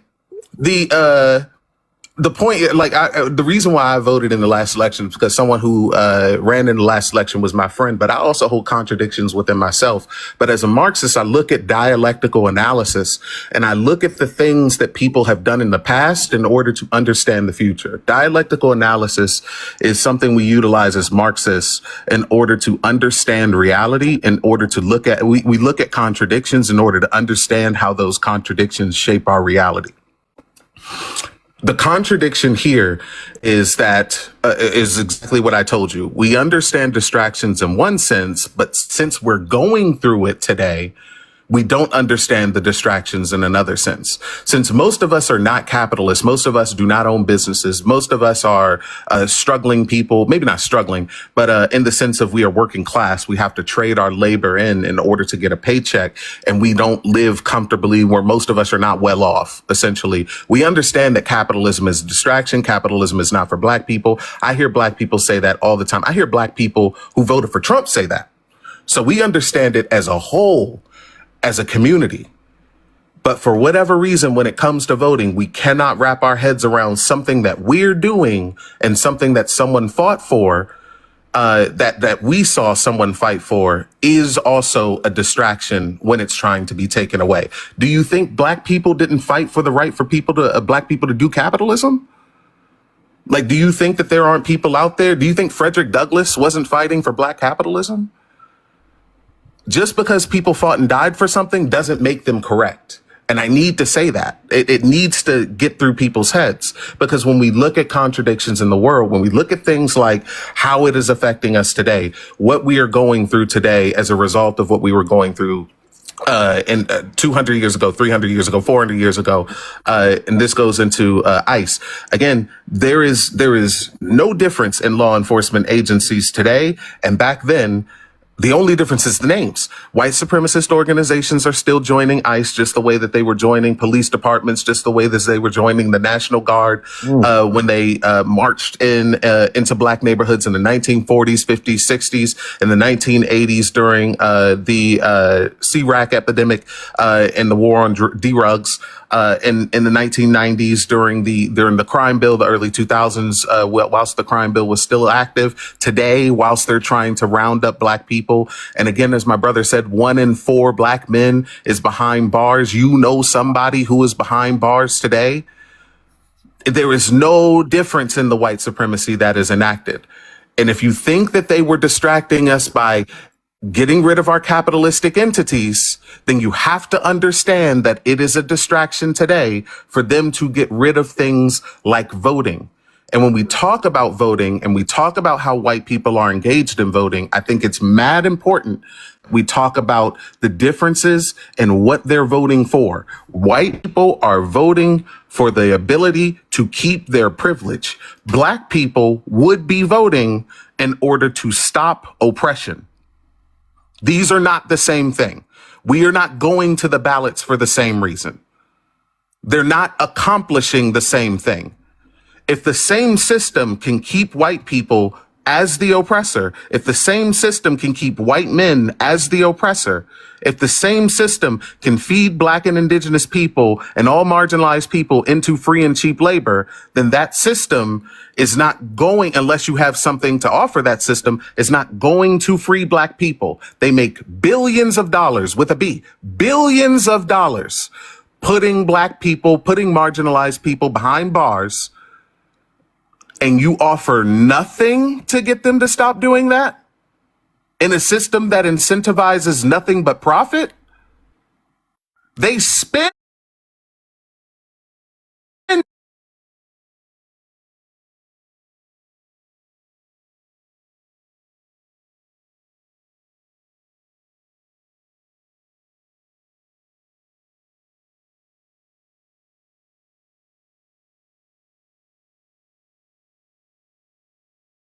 I am going to return my investment, trillions of dollars. And people who cannot seem to beat Republicans at the polls are trying to get me to believe that you can convince them to stop oppressing me with no money, with nothing to offer them. Zero things. I need that to be explained to me. Let me just jump in real quick. Michelle's got a clarifying question, and then Black Ice, you get the floor, and then we'll drop down to Solid. So Michelle's clarifying question, Black Ice, Solid, and then Digital. Yeah, so this is for Sean and Noah. I saw Noah reacting in the chat, and yes, Sean is definitely brilliant, and you're smart too. So this is my fear when I hear voting as a distraction, especially when we're kind of going into the midterms. And can you clarify what you mean by that? Because I can see some people taking away, okay, you know what? I'm a person of color. Voting as a distraction, agreed with everything Sean said. I'm just not going to vote. Like, what do you mean when you say voting is a distraction? Are you saying it like, it's not the only tool, like we have to also organize and, get boots on the ground, that type of thing? Or what are you saying, that just voting is optional and shouldn't be? Like, what do you mean by that? Because I'm really concerned about that message being taken as, yeah, you know what? Voting is a distraction. So what? Who cares? Everything that MLK fought for, the voting right, everything that we did to get the right to have a say. Yeah. I'm just not going to vote. I'm just kind of worried about that. Can you kind of clarify that for me? Absolutely, 100%. I love this question. I've always advocated for boots on the ground. I've always, the end goal, not the end goal. The end goal is the stopping of oppression completely and totally. But in order to get there, the methods that we need to move towards is violent revolution. Nothing else. There is nothing else that is going to stop people from oppressing you other than violent revolution. There has never been a time where oppression has ever stopped without violence. There will never be a time that violence will stop without oppression. As a matter of fact, we see violence today within the state entities whilst they are doing things like what people call Gestapo, ICE going to neighborhoods, terrorizing neighborhoods, the National Guard terrorizing neighborhoods, and not doing violence back towards them is just allowing more violence towards you. There are things, I'm gonna end it with this. My brother said something earlier today. He was on what we call the Smoothie app. And he said, there are things that are worse than death. And I'd much rather be unalived than tortured for the rest of my life. Mm-hmm. All right, let me do this. Let's go to Black Ice, Solid, and then Digital. Amazing conversation, you guys. Amazing conversation. Let me go to Black Ice. Brother, good to see you. But the first thing I want to say is, whoa, I got my boots on the ground. No, that's not what I'm saying. The reason why my sister's going to be mad at me is because I'm going to say that were voting not important, voter suppression wouldn't exist. Conservatives get every power up. They can get any power up they want, and they deploy those power ups often. We're talking about banana peels. We're talking about the blue shell. We're talking about the red shell, that the star, the dee. They deploy it all the time. Libs, They get power ups much less often, and they never or rarely ever deploy them. So when it comes to, and I'm drawing that summarization in order to say, like, I'm doing this analogy in order to say that libs are very, very compliant when it comes to, they lack the, I think, tools sometimes, or the gumption, or to do anything real or radical that would ever stop conservatives from controlling, from regulating capitalism. And at the end of the day, the end goal is to regulate capitalism, which means keeping capitalism going, which means disenfranchising non-white, non-Christian, non-cis, non-hetero, non-men. That's what it means, right? So I will say, when I talk about improv, I will say in improv, they say there's one rule, right? You say yes and. So I'm going to tell you, I'm going to say, okay, cool. Vote and put your boots on the ground. If you want to stave off the flow of harm that is done by conservatives that are definitely going to harm you, that are absolutely no ifs, ands, or buts about it, overtly, fascistically going to harm you, mouth-frothingly going to harm you, go ahead, do it. But also, and put your boots on the ground, do some shit, organize, do the mutual aid, do the self-defense classes. Another thing is, it's very difficult for me to ascertain whether or not MLK would have shared these opinions when it comes to voting, right? Because he didn't even have MySpace. The online sphere creates a much different landscape, socio-politically, socio-economically, that I don't think our parents and our siblings from the 60s would have been able to anticipate. Large movements have been started online. Black Lives Matter started as a hashtag, right?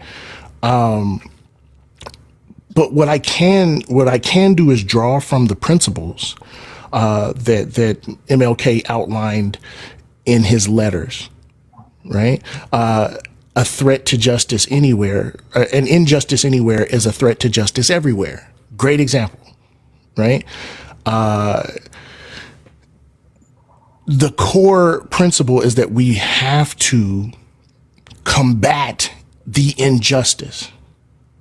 Given today's material conditions, what is best to do that? I think unequivocally we can say that voting is not the best tool we have to combat this injustice, because the fascists are in your neighborhood and you voted already. And, you know, and before that vote, more people voted. And before that vote, more people voted. And what does following the rules matter when people are ready to pay money to circumvent the rules and then call you a traitor to the state when you question whether or not they followed the rules? You know what I'm saying? So at the end of the day, what I hope you pull from what I'm saying is that it's not enough, but it's not enough. I'm so sorry. The ADHD is kicking my behind today. You're good, fam. Sean wants to ask you a clarifying question when you get a chance. Yes, sis. I told you she was going to be mad at me. Go ahead, fam. And then Digital, I got you next, okay? Go ahead. Mad at you, girl. I want to Sean, sis, I'm mad that he didn't know the boots on the ground reference. I'm about to drag you for that. Oh my goodness. He was like, wait, sis, did you see what he put in the chat? He goes, is that Oprah's song? Bro. Yo. I say, what now? Smitty, what? He said, This is my boots on the ground. He said, is that What Oprah? what you mean? Okay, Smitty. All right. I forgive you. Listen, hey, you know what? Don't take my black card today. Y'all can take it tomorrow. Right. Okay. All right. Today of all days? Absolutely not. No. Yeah, exactly. In order to keep today, I'm gonna keep it until tomorrow. Damn it. All right. In order to keep your black card, name 3 Tyler Perry films right now. That's crazy work. Please don't. Man, Sean got messy today. She said, hold on. It always- Put you on the spot real quick. I thought we was gonna keep that between me and you, Nichelle. I guess not. Not all the damn Well, you 600 put it in people the know I chat. You messed put up. it in the chat, fam. You put it in the chat. You Okay. said Oprah You the saw only that. one that saw it. Okay. Sorry. Okay, Is Sean. that Go Oprah song? ahead. Go ahead. Let me go to go ahead, Sean. Your question, and then I'm gonna go digital, then Jermaine. I'm gonna clarify. I'm gonna preface it with a little something slight. I find Americans, especially, to be obsessed, if I can use that word, with elections. When it's not election years, they are distracted with pushing forward candidates that can do things like reach across the aisle and get things done, quote unquote. Do things like themselves, quote unquote, reaching across the aisle and trying to get people to support their candidates off election years, by the way. At the beginning of election years, when the election is in November, they're not worried about elections and whose policies or whatever else it may be in August till November. They're worried about it at the very beginning of the year, at the end of the last year, in the middle of the last year, at the beginning of the last year, to talk about how this person needs to get more people's support behind them. And we need to start talking about it right now. And we need to do X, Y, and Z. And we need to go on live and talk about this person's policies. This is a distraction, is it not? It is. Yes, it is. Okay. All right. Let me let Jasmine Sherman 2028. let me let Digital come in. Digital's been waiting forever. Let me let Digital come in, and then Jermaine, and then we're gonna kind of be wrapping it up here. So I want to try to, if we can go after Jermaine, let's just get a quick 1 minute from all of the panelists and whatever y'all want to opine on. But again, if you do have quick questions for the panelists in the chat, let me know, and I will get those quick questions over to them as well. Digital, welcome. What are your thoughts on Martin Luther King on this Martin Luther King holiday? Let's see, we might have muted Digital. Let's see, you should be able to unmute. Hello. There we go. We got you. Okay. I don't know exactly how he would feel because I remember my mom saying last of his feelings is, I wonder what did I do to my people by letting us become, desegregated. Mm-hmm. You know what I'm saying? So he said a lot of things of there is such thing as freedom of exhaustion. Some people are so worn down by the type of oppression that they give up. The oppressor must never allow the conscience of the oppressor to slumber. So the oppressors, you know what they're really scared of. They're scared that we would do what they are doing to us. So that is why it is a war on black and brown people. Mm-hmm. And until we find out that we need to stop sitting on our hands. Let me ask you a question, Digital. How important is it to you in regards to black and brown people working together in America, whatever it may be, whatever resistance that looks like? How important is that piece of it to you? What do you think about that? I think it is very important. I think that's what we need to do in order to stop the oppressor. You got to understand it's YTE fear, and that's the only reason why this is happening to us. Okay. All right. I appreciate that. Jermaine, same question. I know you probably want to speak on something else, but same question. How important is it to you to work with the indigenous and other marginalized folks in regards to resistance? What do you think?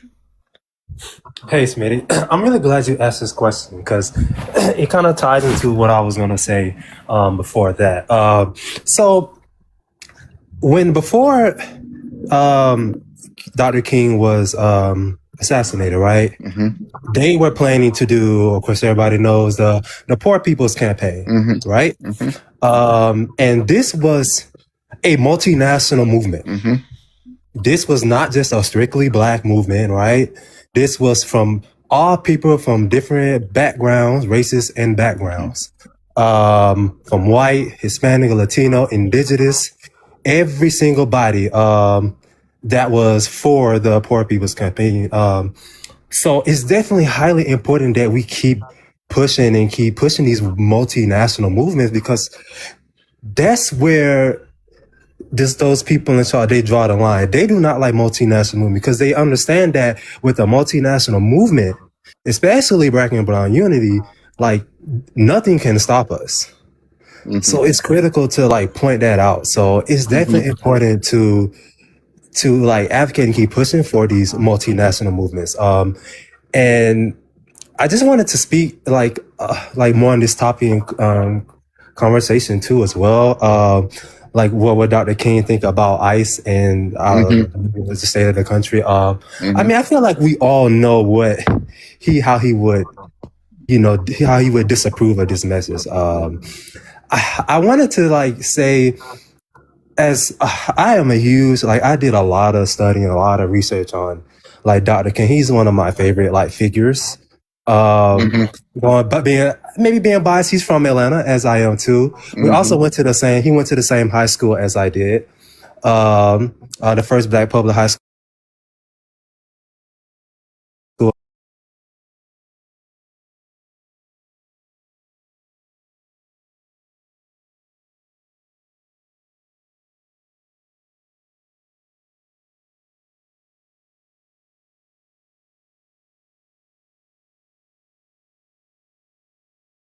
And he just kind of like sat back and just kind of like understood like, hey, how further or what else to be done? Because he called the March on Washington, that I Have a Dream speech, he said it turned into a nightmare. And that how it's easy, he said it's easy for these politicians, people in Congress to sign things like voting rights acts, right? And these kind of policies. But when it comes to like redistribution of wealth and economic justice, that's where they draw the line. And now we're starting to see the critiques of the system. So I think it's very important to highlight the last few years of his life, because it's intentionally left out of the history books. It's intentionally not discussed because he was starting to become an anti-imperialist, economic justice, reparations, gathering a multinational movement. And that's when they view him as a threat. After the speech in the Vietnam speech, Beyond Vietnam, he was labeled as the most dangerous man in America after that speech. Well, he was already more dangerous afterward, as they claim, even before that. But after I think that was in 63 when J. Edgar Hoover said that. But he became more of a target. So I think he's like, I think I agree with a lot of these show points. Like, we are not doing enough. And I think the thing we can't make the mistake of, like Smitty, when Dr. King was unalive, I feel like it just sucked the life out of the air, right? Out of people, right? It deflated him. And that's understandable because he was the movement, but he was a prominent figure. There were so many other movements. I think we forget to highlight the women who are just as much important to the civil rights movement. Even Dr. King acknowledged himself. Even Coretta Scott King was more militant than he was, and she was more before he even started. I definitely check out Letter to Coretta, you guys. Dr. King wrote a speech about her, that letter about her, really profound. So I'm gonna just finish up and just saying, like, there's a documentary, if you have HBO, it's called King in the Wilderness. It's about the last few years of his life. It's also on YouTube. It's also on YouTube where you can watch it for free. Definitely one of the greatest films because it highlights how the man kind of he was. And then also just, hey, you know, a lot of his speeches are on YouTube. Beyond Vietnam, Drum Major Instinct, Letter to Birmingham Jail, Three Evils of Society, The Other America. I mean, the last few years of his life, Smitty, this man was becoming somebody different. He was evolving, and he was just like, the government was like, we got to put a stop to this. And so I really just wanted to highlight that and just like, we really got to continue his work because we have not. And I think the difference is we can't put all our eggs on one person or a couple of people or leaders. It has to be a collective multinational movement. And this is why we need black and brown units, like you said. This is why we got to fight against ICE and push back against ICE, militarism, racism, sexism, all this stuff, because in the end, it all comes from the tree of like white supremacy. Capitalism and white supremacy. So I just want to highlight you all. Check out the last few years of Dr. King's life. It'll really just, because I used to thought like people like, oh, well, MLK wasn't like the Malcolm X. I was like, obviously you haven't studied Dr. King because he wasn't just, he wanted unalive because of some civil rights movement.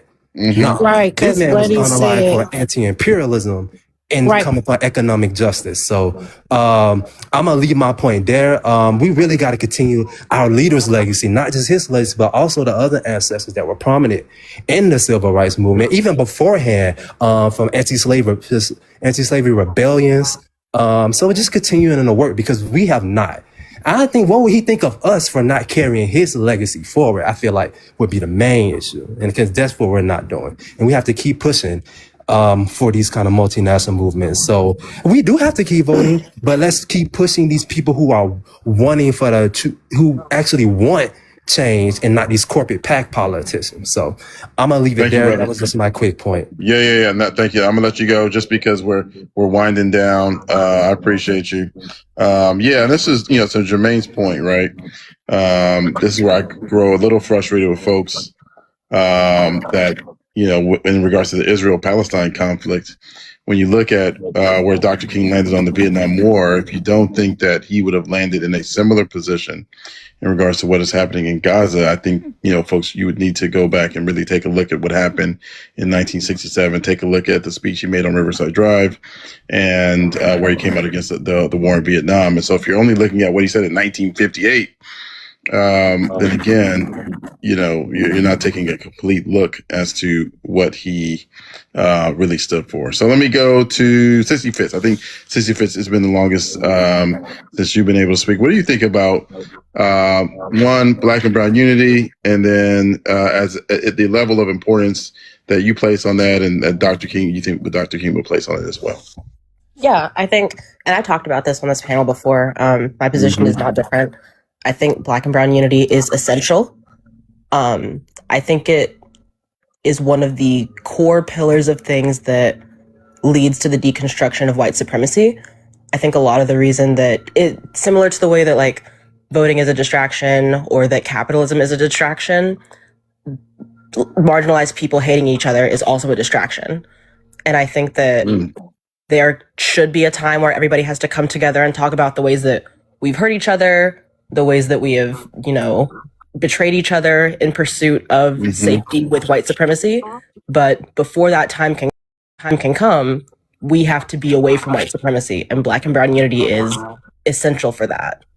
And I think that Dr. King, well, not I think, I know that Dr. King thought that black and brown unity was essential, thought that non-white people sticking together was essential. And not just him. I think that most revolutionary leaders have felt this way.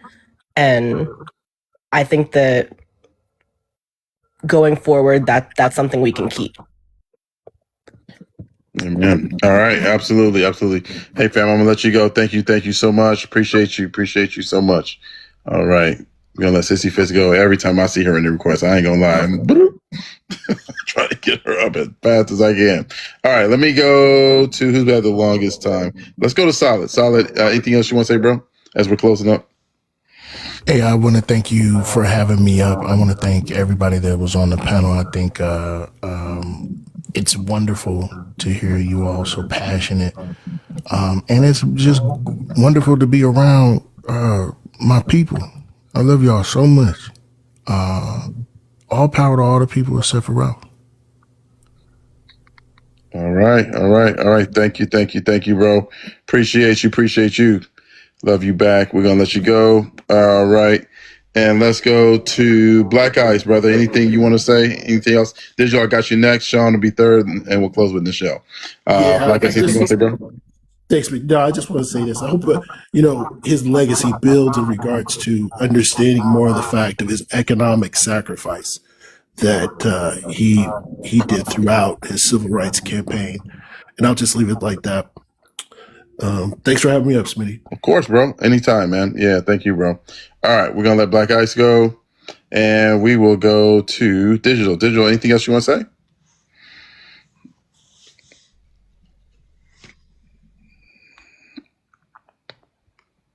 Digital, there we go. Should be able to unmute right now.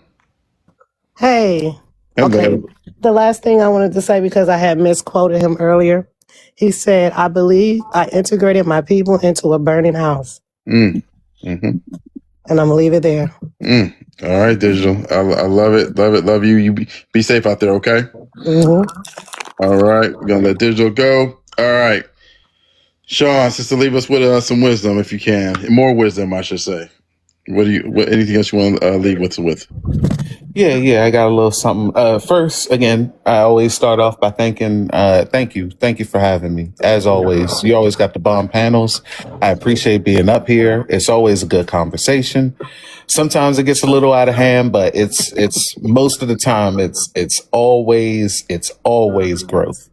And I appreciate you for that.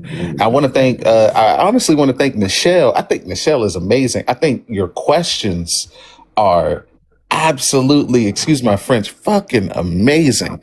I think when you ask me stuff, it gives me the ability to expound on what it is that I'm trying to say. So I really do appreciate that. I'm gonna leave with this. I've heard a lot of people talk about some of King's like last speeches, especially the burning building quote. But I want to get people to visualize, if you will, with me, what the burning building would be. What did he see? What was it that he thought of? What was it that he took a step back from and was like, oh no, this is not okay? What do you think that was? All of my earlier points I stand 10 toes down on. I 100% do. When it comes to me advocating for violent revolution, I think we should organize locally. If you don't know what organizations are near you, hit me up and I can try and figure out what organizations are near you. We have, I think organizing within the workplace is mad important as well. Including in at-will states where you can organize in your workplace, but you just have to be outside the workplace in order to do it. But organizing locally is mad important. It's super duper important because organizing the workplace and organizing locally is where you're going to be fighting the revolution. I'm not flying out to Southern California and fighting the revolution with Smitty. No, I love you, Smitty, but my heart's over here in DC. Mm-hmm. I'm fighting this revolution over here in DC. And I'm gonna need Smitty to have like if I find out that y'all let Smitty get in the revolution, I might be going to Southern California and paying some people some visits. I need y'all to have each other's backs where you are. I need you to organize your places, your neighbors where you are, because those are the people you're going to be fighting revolutions with. It's as simple as going out and learning your neighbors' names at first. That is the start. It is as simple as going outside and learning your neighbors' names. It is as simple as organizing communal programs. It don't even have to be something that's like radical or revolutionary, something that you would think of. Organizing a community program could be as easy as organizing a communal picnic every summer. Every summer, the annual community picnic, everybody gets together. You bring in something and everybody knows that Karen's going to bring the potato salad with raisins in it and y'all laugh about it and everybody feels better about each other. That is organizing locally. That is building coalition locally. That is mad important, especially if we're going to do revolutionary action, especially if we're going to do violence for each other.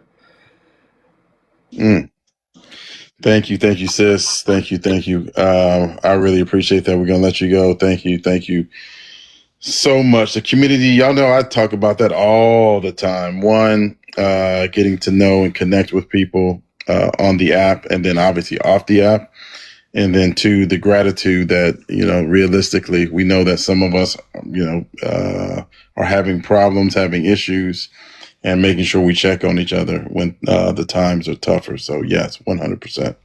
Nichelle, leave us with the word, and that'll be it, y'all. Thank you so much, Smitty, for doing this live today. I'm really encouraged. Thank you, Sean, for the amazing words. I couldn't agree more about organizing locally. I think what I'm taking away from this, especially as a 92 percenter, right?